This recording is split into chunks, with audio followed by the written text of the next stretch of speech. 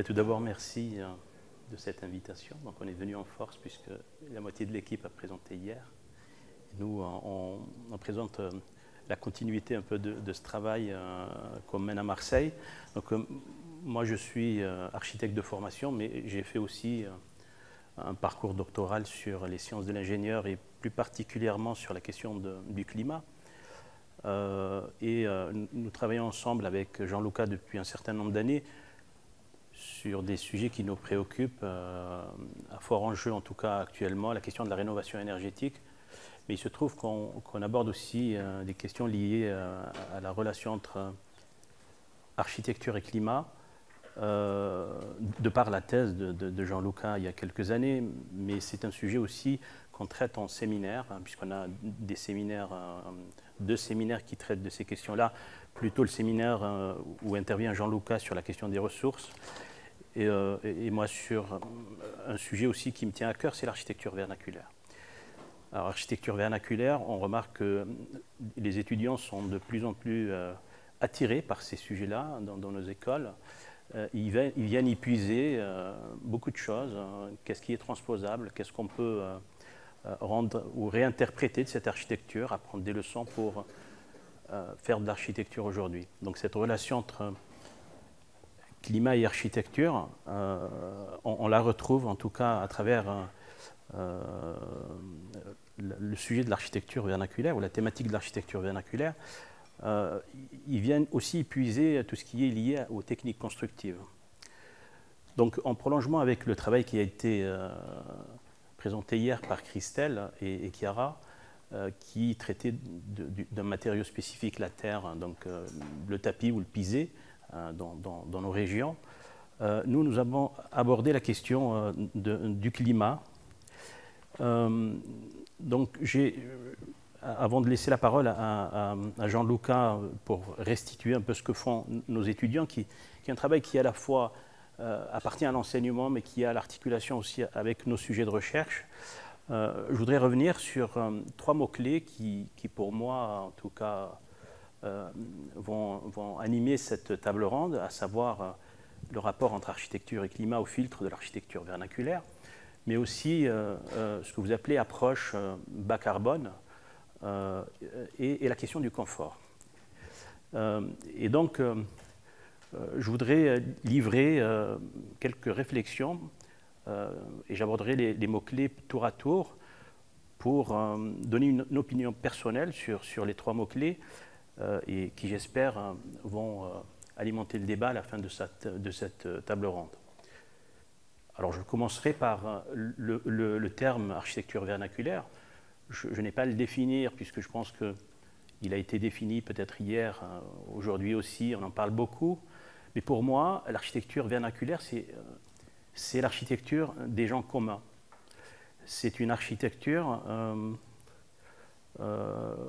pleine d'intelligence, forcément locale et non universelle.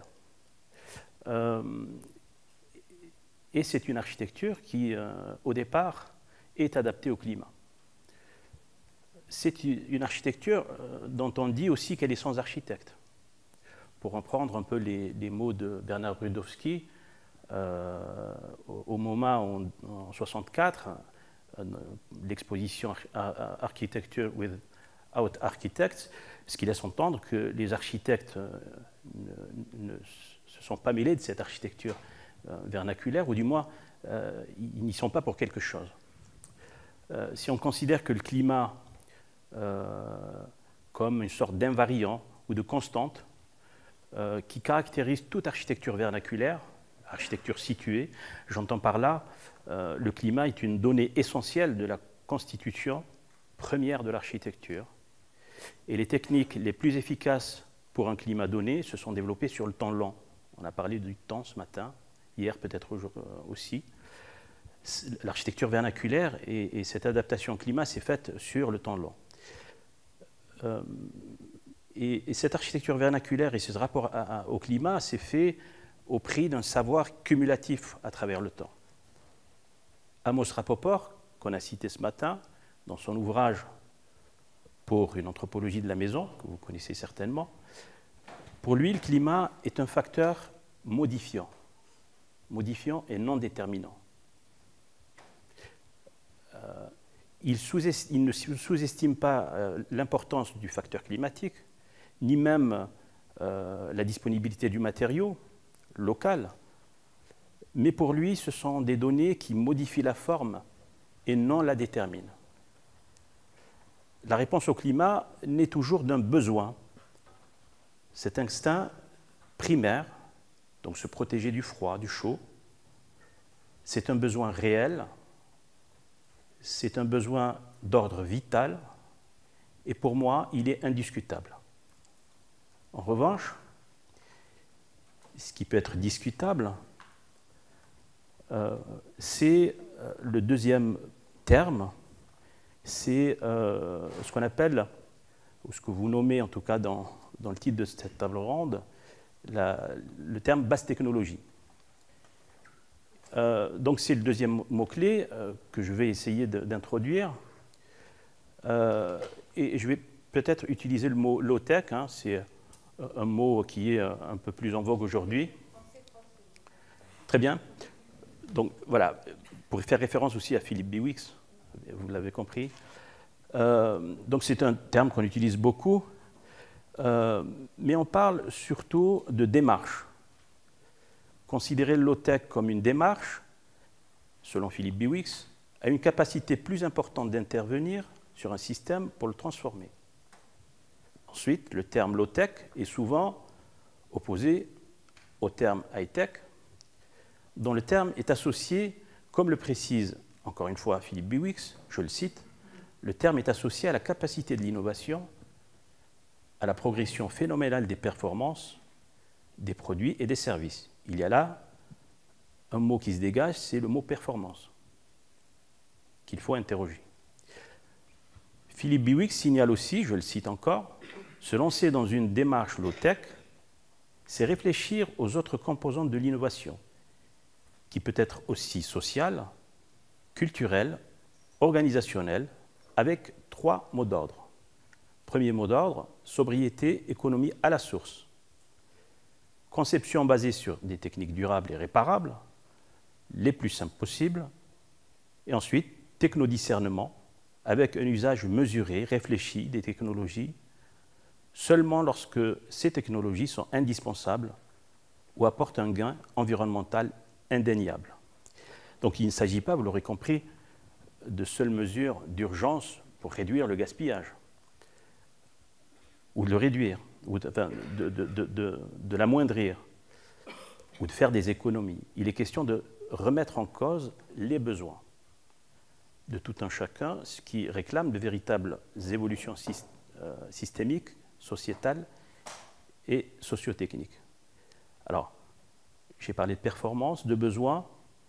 Est-ce que ces deux mots font bon ménage? On pourra en discuter. Pour approfondir, Stéphane Berthier, qui a été aussi cité ce matin, nous dit qu'il serait plus juste de parler de slow tech, encore le terme lié au temps, mot qui s'inscrit dans le mouvement plus général en faveur d'un ralentissement et insiste sur la nécessité de prendre le temps d'expérimenter des combinaisons techniques ou des combinatoires nouvelles en s'inspirant de techniques traditionnelles. Alors j'ai trouvé d'autres mots similaires, white tech, rebel tech, en français milieu tech. On pourra aussi peut-être discuter de ces autres mots qui sont un peu de la même famille. Enfin, le mot confort. Pour moi, le mot confort est polysémique. C'est un terme qui est en constante évolution.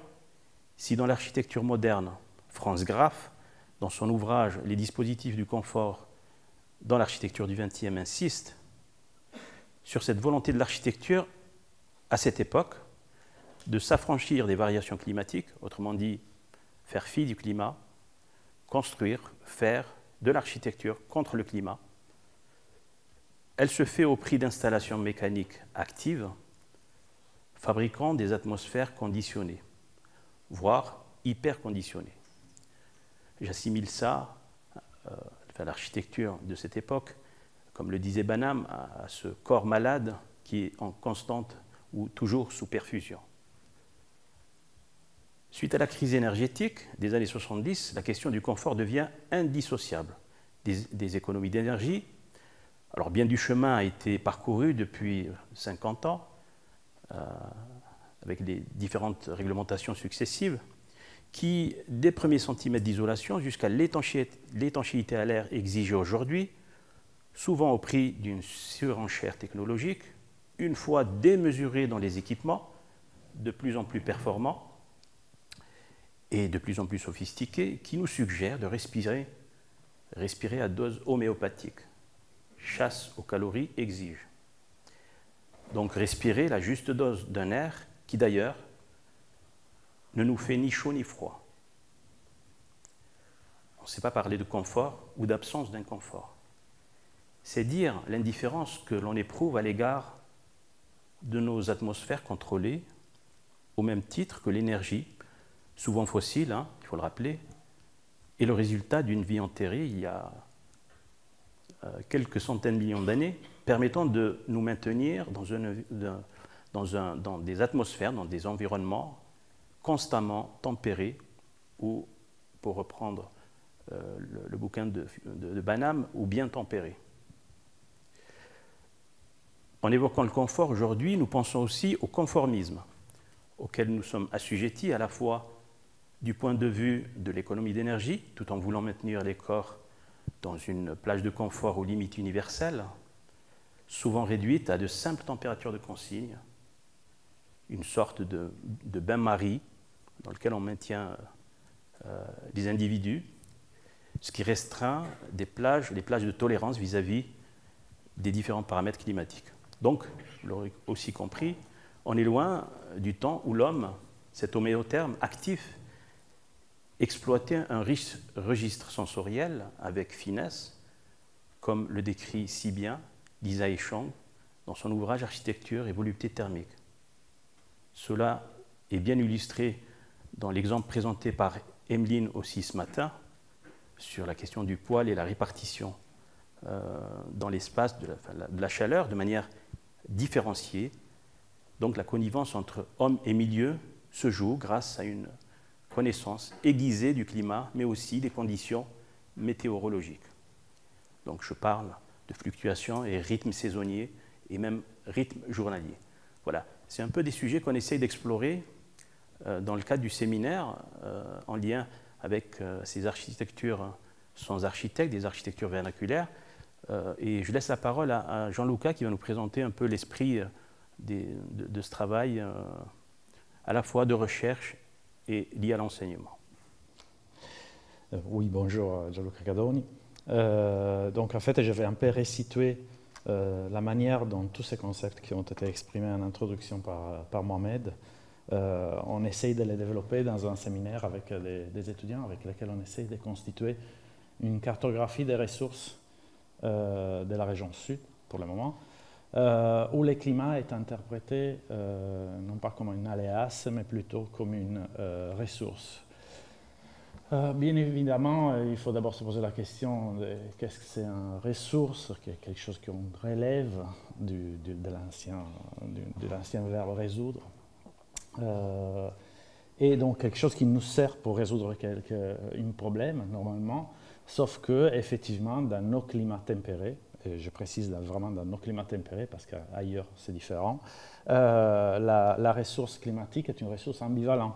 Donc effectivement, historiquement, on faisait avec, parce qu'on devait faire avec notre architecture vernaculaire, qui était une architecture qui devait répondre à deux situations climatiques évidemment différentes et opposées, trop chaud ou trop froid, ça dépend, mais que devait donc être adaptable. Cette adaptation était bien évidemment faite par l'habitant.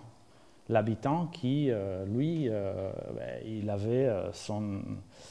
il menait son travail pour rendre cette architecture habitable aux différentes conditions avec les moindres d'énergie possible. Les moindres d'énergie possible, c'est simple, c'était aller couper du bois dehors ou éventuellement avoir trop chaud en été. Donc on apprenait par l'expérience à faire avec la météorologie climatique dans laquelle on habitait. Évidemment, dans les années, dans le XXe siècle, on s'est adapté à une standardisation du confort. Le confort, depuis les années 50, depuis l'après-guerre, est devenu, le climat extérieur est devenu quelque chose à garder dehors, le confort intérieur, quelque chose de standardisé. Les publicités, on le voit depuis les années 50, dehors il neige, l'enfant il dort tranquillement, on a l'eau chaude. Bien sûr, on sourit quand on fait la vaisselle et bien sûr, on est bien, on est assis tranquillement, on est à manches courtes, même si dehors il neige, et ainsi de suite. Bon, bref, toute une série d'images socio-environnementales qui nous ont poussés à des extrêmes où l'architecture, le contrôle climatique de l'architecture devenait enfin, soit Jacques Tati, il s'est bien moqué avec les films de mon oncle, ou la domotisation, ou en tout cas l'artificialisation de la maison devient un spectacle. Donc on est assis, au lieu de regarder les jardins et passer la soirée tranquille, on regarde la maison qui fait toute seule toutes ces opérations des vaisselles et ainsi de suite.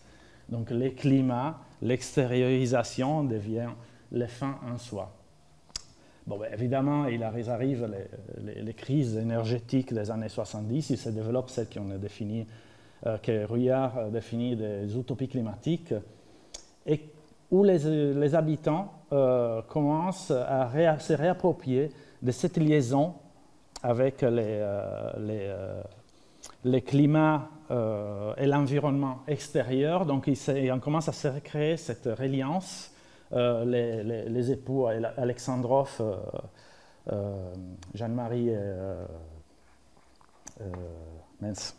les époux Alexandrov définissaient ça, un empirisme attentif qui est défini aussi dans cet usage dont je parlais tout à l'heure, qui est présente dans l'architecture vernaculaire, c'est-à-dire faire le moins possible d'efforts pour garder des conditions auxquelles je peux m'adapter. Évidemment, ce moins possible d'efforts comportait un élargissement du panel des conditions de confort. Dans l'architecture historique, on sait que les températures de confort, selon la région, pourraient varier entre 11 et 14 degrés en hiver. Aujourd'hui, on tapote avec un peu de difficulté à 11 degrés sur notre ordinateur, mais effectivement, sortir couper du bois, c'était moins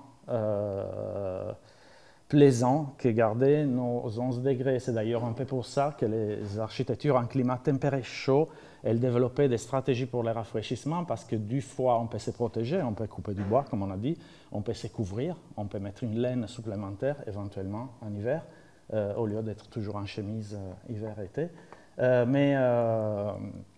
Mais évidemment, du chaud, on a plus de mal. Donc, le développement de toutes ces stratégies bioclimatiques de l'architecture vernaculaire en climat plutôt chaud. Comment les climats deviennent une ressource? Évidemment, nous, on a travaillé effectivement avec ces architectures vernaculaires. On essaye de les décortiquer, on essaye de comprendre comment ces architectures pouvaient répondre étant les plus neutres possibles, parce qu'elles devaient répondre à deux situations climatiques, donc été hiver dans notre milieu, comment elles essayaient de répondre avec le moins de difficultés possibles pour l'habitant. Évidemment, l'architecture étant neutre, c'est jamais l'architecture qui consomme de l'énergie, c'est toujours l'habitant. Pour atteindre sa situation, son état de confort. Et avec les étudiants, on essaye de décortiquer un peu la manière dont elle fonctionnait avec les dispositifs qui peuvent être en périphérie, sur la paroi, évidemment, jusqu'à l'intérieur, jusqu'à calculer combien de kilowatts produit une vache, même si j'ai des doutes qu'aujourd'hui, juste pour la transposition de l'architecture vernaculaire, on puisse dormir avec nos animaux domestiques. Bon, ça pourrait être sympa de se réveiller avec les petits veaux, mais bon, c'est peut-être pas super bien pour l'hygiène. Par contre, une vache, c'est produit 1 kWh, comme un toast pain qu'on peut installer électrique et qu'on peut installer dans nos maisons. Un cochon 400 et une brebis 200 kWh, un homme en dormant 75. Donc ça peut être intéressant, efficace même, si on en a suffisamment pour chauffer, mais bon, c'est un peu compliqué. Et après, il y a un an à peu près, je m'ai baladé sur Internet, j'ai préparé la conférence pour la chaire des Rouen, et je suis tombé sur ce site Internet EcoSolutions, Et je tombe comme l'éco-solution, bien sûr, le site tout en vert, je n'ai pas pris le screen du site avec des petites feuilles d'arbres de partout. Et il proposait comme éco-solution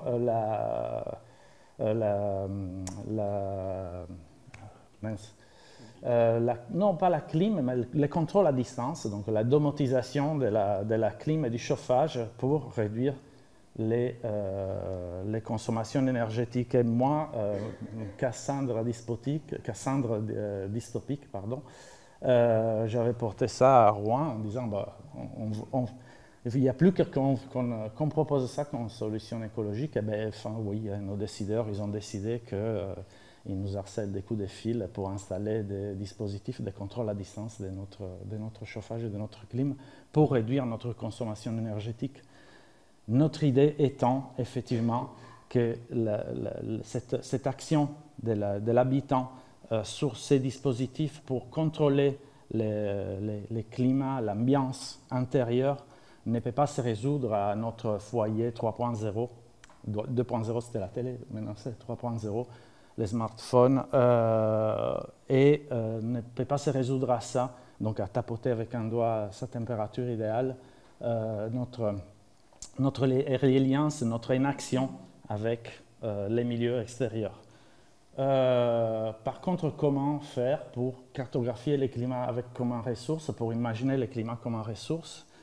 Le climat est cartographié depuis l'après-guerre. Hein. Les premières études climatiques datent de la Deuxième Guerre mondiale. On voit bien pourquoi. La météorologie était importante pour bombarder. Donc, c'était le début des études climatiques plus approfondies qui ont porté effectivement à des atlas solaires, avec lesquels effectivement l'architecte par contre n'arrive pas à composer forcément. Avoir la température moyenne annuelle ne donne pas forcément quelque chose avec laquelle composer et ne donne pas une idée de comment pouvoir relier les milieux, la stratégie et les climats. Donc ça passe plutôt par des stratégies. Donc je pense que l'architecte doit travailler son architecture bioclimatique, devrait travailler son architecture bioclimatique, et en tout cas les architectures bioclimatiques vernaculaires, elles travaillent sur des stratégies qui étaient mises en œuvre par contre par l'habitant. L'habitant qui, dès le coucher du soleil, fermait les volets pour ne pas avoir la paroi froide à cause du simple vitrage. L'habitant qui rangeait ses tapis en été et les ressortait en hiver pour ne pas avoir le sol froid sous les pieds. Et ainsi de suite. C'était des mouvements, c'était une inaction, ça demandait un travail qui nous permettait de nous relier non seulement à la météorologie, mais carrément au climat extérieur auquel notre habitation était confrontée. Donc, qui parle des stratégies, bien sûr, on doit se référer à Baruch Givoni avec son diagramme de l'Erumide et ses stratégies des potentiels de confort climatique. Et c'est ce qu'on a fait, on a essayé d'inventorier ces zones climatiques.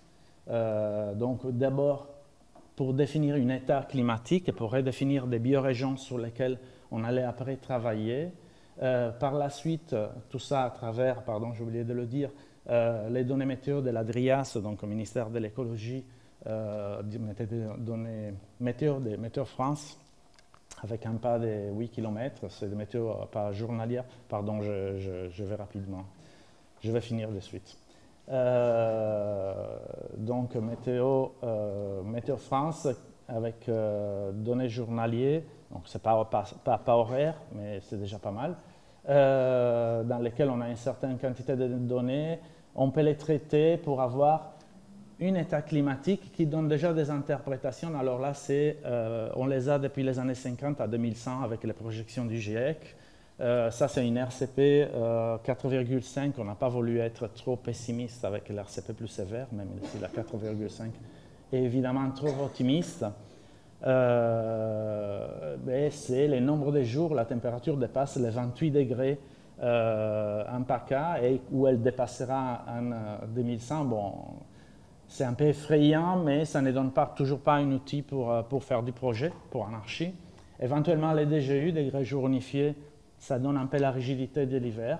On voit qu'évidemment, en 2100, il y aura une rigidité des hivers beaucoup moins forte. À Marseille, on aura un climat presque de Casablanca, non, pas plus nord-africain qu'autre chose, mais peu importe. Mais ce n'est toujours pas encore une stratégie pour l'architecture. Nous, on voulait cartographier des stratégies. Qu'est-ce qu'on a fait? On a essayé de définir les diagrammes de Givoni, on a essayé de définir les diagrammes des différentes zones de confort. Pardon, je passe un peu la méthode rapidement. On a essayé de définir les limites donc, des différentes zones de confort suivant les différentes stratégies pour chaque point que vous avez vu sur la cartographie. Et ça nous a permis de cartographier, par exemple, les potentiels. On a utilisé une méthode qui était décrite par Zoklai, qui est un chercheur qui a écrit sur Elsevier, qui arrive à comparer les diagrammes de Givoni et à les adapter, donc à les rapprocher du confort adaptatif. Donc en fait, les diagrammes de Givoni, à travers sa méthode, varient en fonction de la météo de la semaine précédente, qui est la semaine sur laquelle le corps humain normalement devrait s'adapter, plus ou moins. Et donc, à travers cette définition des limites, on arrive à définir le nombre de jours où une stratégie bioclimatique fonctionne ou pas, théoriquement, toujours avec une page journalier des températures, des humidités et ainsi de suite. Mais bon, ça donne déjà une idée. Évidemment, ça n'évite pas une étude microclimatique sur un lieu de projet, mais c'est un outil de travail éventuel pour les architectes qu'on compare aux choix faits dans l'architecture vernaculaire. Bien sûr, on l'a depuis les années 50, disons à peu près, puisque la première année de relevé enregistré, c'est les 51 par Météo France, et on arrive jusqu'en 2100, si on veut, sachant qu'on a les 51 en météo, donc on ne peut pas avoir les 51 en climat, étant donné que le climat, on le calcule sur un dixième d'année. Bref, ça c'est pour calculer par exemple les potentiels de ventilation nocturne et inertie thermique dans la région sud. Ça c'est les potentiels de ventilation naturelle en 2020, en climat 2020 et en climat 2100 à peu près. Donc disons, on voit une détérioration de ces stratégies pour le futur par l'augmentation de la température. Pour la ventilation nocturne, c'est intéressant de voir comme la vallée du Rhône, qui est très balayée par des vents très forts, comme le Mistral, elle a donne de moins bons résultats pour la ventilation nocturne que le Var, par exemple, où le Mistral est moins fort. Ça, c'est juste pour l'anecdote. Et donc, bien sûr, on essaie de comparer ça aux bâtiments qu'on étudie, les bâtiments de l'EAR, qui ont été décrits hier par Christelle Marcaro, de manière plus approfondie. Là, moi, je vais passer très rapidement. Bien évidemment, sachant qu'on essaie de comprendre comment ces bâtiments, ils essayaient d'appliquer ces stratégies.